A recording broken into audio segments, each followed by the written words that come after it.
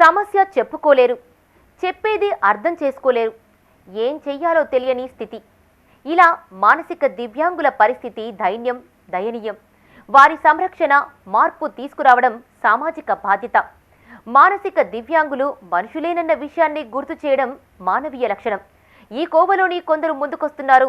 తల్లిదండ్రులు, కొన్ని సంస్థల సహకారంతో కరీంనగర్లో ఓ సంస్థ ఏర్పాటు చేసి 36 ఏళ్లుగా నెట్టుకొస్తున్నారు. కేంద్ర ప్రభుత్వం కొంత సహకారం, కొందరి తల్లిదండ్రుల ఆర్థిక తోడ్పాటు ఏమాత్రమూ సరిపోవడం లేదు. దీంతో రాష్ట్ర ప్రభుత్వం సహకారం కోరుతోంది ఆ సంస్థ.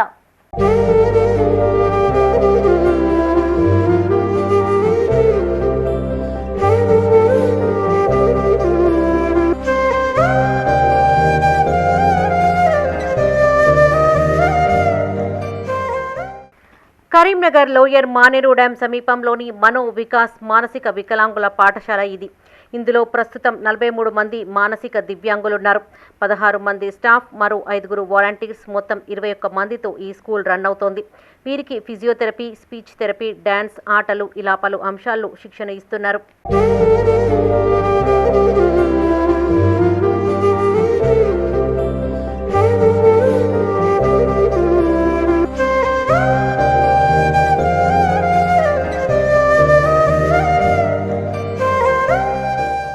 మానసిక దివ్యాంగులకు వివిధ విభాగాల్లో ప్రత్యేక శిక్షణ ఇస్తూ ఎంతో ప్రోత్సహిస్తున్నారు. వారిలో మార్పు కోసం పలు ప్రత్యేక కార్యక్రమాలు రూపొందించి రోజువారీగా శిక్షణ ఇస్తున్నారు ట్రైనర్స్. ఉదయం నుండి సాయంత్రం వరకు ఓర్పుగా వారి సేవలు గడుపుతున్నారు సిబ్బంది.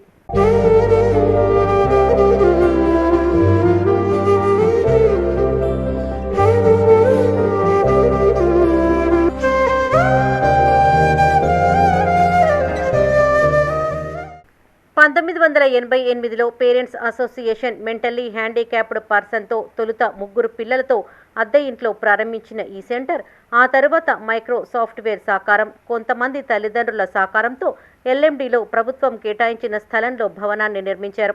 ఆ తర్వాత విద్యార్థులు పెరుగుతూ వచ్చారు. నెల కొంత డబ్బుతో పేరెంట్స్ ఈ సంస్థను నడుపుతూ వస్తున్నారు. అతి కొద్ది మంది ఆర్థిక పరిస్థితి కలిగిన వారు సహకారం అందిస్తూ ఉండగా 70% పైగా ఉన్న మిగతా పిల్లల తల్లిదండ్రులు ఏమీ చెల్లించలేని పరిస్థితులు నెలకొన్నాయి. దీంతో నిర్వహణ భారంగా మారింది. కేంద్ర ప్రభుత్వ గ్రాంట్ స్టాఫ్ శాలరీలకు సరిపోతూ ఉండగా ట్రాన్స్పోర్ట్, ఇతరత్ర ఖర్చులు సంస్థకు తలకు మించిన భారంగా మారింది. మాకు గవర్నమెంట్ ఆఫ్ ఇండియా నుంచి వెళ్ళి ఫండ్స్ వస్తున్నాయి కానీ అది సరిపోవడం లేదు. మేము దాతల ద్వారా గ్యాదర్ చేసుకుంటాం. దాదాపు మా దగ్గర ఉన్న 60 to 70% పూర్ ఫ్యామిలీస్ నుంచి వచ్చిన పిల్లలే ఉన్నారు. వారు ఎవరు మాకు కోఆపరేషన్ చేయడం లేదు, ఫండ్ రేజింగ్ కానీ దేనికి కానీ. మేమే ఉన్న వాళ్ళము కొంచెం కంపెనీ వాళ్ళమే కష్టపడి దీన్ని ఈ విధంగా తీసుకొస్తున్నాం.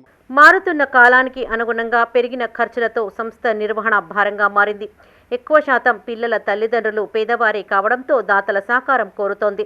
సంస్థ అధ్యక్షులు సుధాకర్ రెడ్డి, కార్యదర్శి బాలకిషన్ రావు, ఉపాధ్యక్షులు రామారావు, ఆర్థిక కార్యదర్శి పరమేశ్వర్తో కూడిన కమిటీ అడాప్ట్ చైల్డ్ స్పాన్సర్స్ చైల్డ్కు పిలుపునిచ్చారు. మానసిక దివ్యాంగులను ఆదుకోవాలని కోరుతున్నారు సంస్థ ప్రతినిధులు. నాకు ఇచ్చే గ్రాంట్ ఓన్లీ శాలరీస్కు మాత్రమే ఇస్తారు. ట్రాన్స్పోర్టు, తర్వాత స్టైపెండ్స్, అవన్నీ కొన్ని వేరే ఎక్స్పెండిచర్లు అన్నిటి కూడా మేమే డొనేషన్ల ద్వారా కలెక్ట్ చేసుకొని నడుపుతున్నాం. ఈ పిల్లలు ఎందుకు ఎవరికి ఉపయోగపడరని ఎక్కువ కాన్సెప్ట్ పబ్లిక్లో, కానీ ఈ పిల్లలు కూడా వాళ్ళ ఉమెన్ రైట్స్ ఉంటాయి కాబట్టి వాళ్ళను కూడా మెంటల్లీ ఛాలెంజ్డ్ కింద తీసుకొని గవర్నమెంట్ నుంచి సహకారం ఇస్తేనే ఇటువంటి స్కూళ్ళు బాగుపడతాయని. మానసిక దివ్యాంగుల్లో మార్పు కోసం కొందరు తమ వంతు సహకారం అందిస్తున్నారు. ఇందులో భాగంగా సైకలాజికల్ కన్సల్టెంట్గా alliance club governor Galipalli Nageshwar సేవలందిస్తున్నారు.